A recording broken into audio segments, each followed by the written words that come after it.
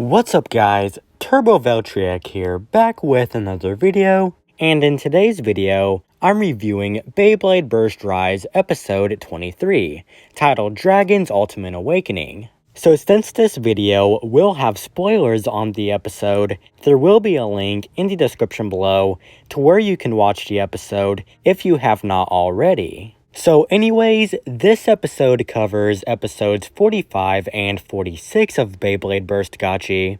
And yeah, so let's begin with the analysis. So like always, the episode starts off with the welcome to the world of Beyblade scene, and the story continues from the previous episode where Armin and Arthur were battling in the first game of the Victories vs Inferno match, and Arthur and Apocalypse get into Eclipse Whip, and Ashindra bursts, meaning Arthur wins, and Inferno takes the first point. So Armin reunites with Dante and Delta, and the two congratulate Armin on mastering Hyperflux, and then we see Gwen, who is confused on how Ashindra had gotten stronger. So after the opening sequence, the Victories are wondering who will represent Inferno in this second game,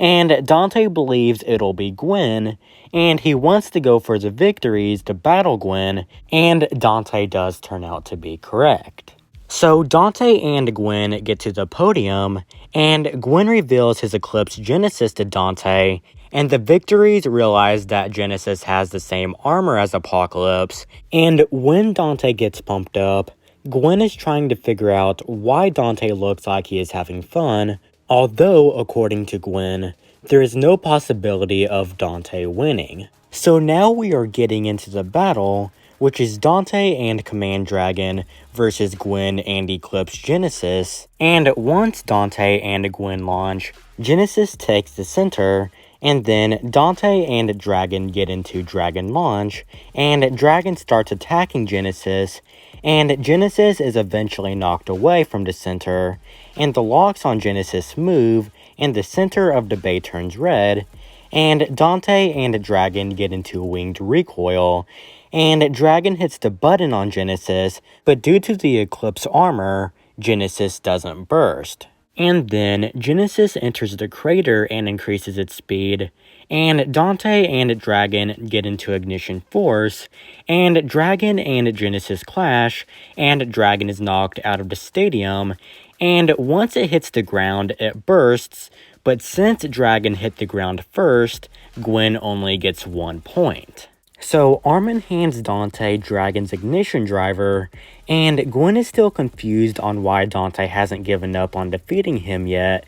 even though he can't defeat him, and Dante, Armin, and Delta are talking about how Genesis won't burst with its armor, and Dante says to leave it to him because there is no such thing as an unburstable bay. So the second battle is starting, and Gwen starts talking about breaking Dragon again, and once Dante and Gwen launch, Dragon's ignition driver accelerates, and Dragon starts attacking Genesis and knocks it out of the center, and then both bays enter the crater and start clashing, and Genesis knocks Dragon out of the crater. And then Gwen heats up and we get into Genesis's avatar, and Genesis gets into Superior Flux, and Genesis uses the crater to increase its speed, and then it jumps out, and Gwen and Genesis get into Eclipse Whip, and then Dante and Dragon get heated up, and Dragon and Genesis clash, and Gwen says that Dragon is now going to break, and when Dragon and Genesis are clashing, Dragon awakens, and the command base is now in its ultimate form. So Dante gets pumped up, and Dragon gets into Hyperflux, and then lets off an aura, and Gwen starts freaking out because his equations start to disappear, and Dragon and Genesis clash again, and are both knocked away, and when Genesis is sent flying, the Eclipse armor is unlocked, and both Dragon and Genesis hit the ground, but Dragon hits the ground first, meaning Gwen wins, and Inferno now has 2 points. So Gwen is annoyed because Dragon did not break, and Dante says that he will win their next battle now that Dragon has awakened, and as Dante walks away, Gwen gets angry and says Dante won't burst Genesis. And that wraps up the first half of the episode, which was episode 45 of Gotchi. And now we are getting into the second half of the episode, which was episode 46 of Gotchi, and the name for this part has not been released at the time of recording this video, but since it was called the Jet Black Dread Gyro in Japan, my guess is that it'll be changed to something like the Jet Black Dusk Gyro. So the second half of the episode picks up from where the first half left off,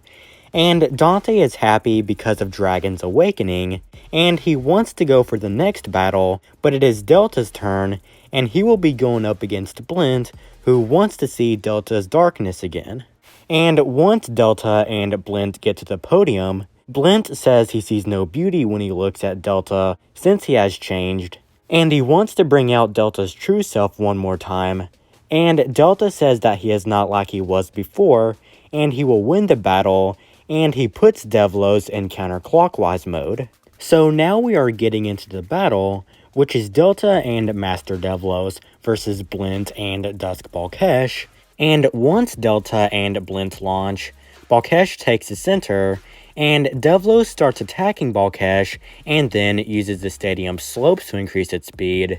and Delta gets pumped up and Devlos gets into Hyperflux,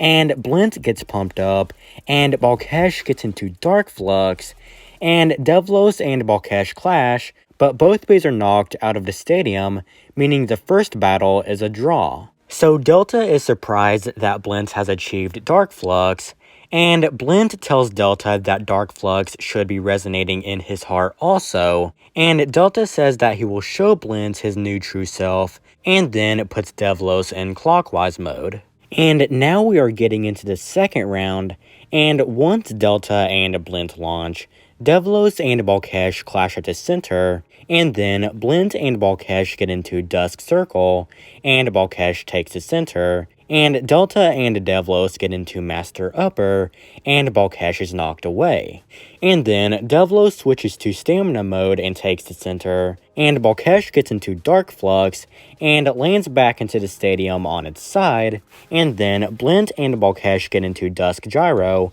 which was originally called Dread Gyro in Japan. So Balkesh starts attacking Devlos, and Devlos is sent flying and lands into the stadium's crater, and Delta heats up and we get into Devlos' avatar,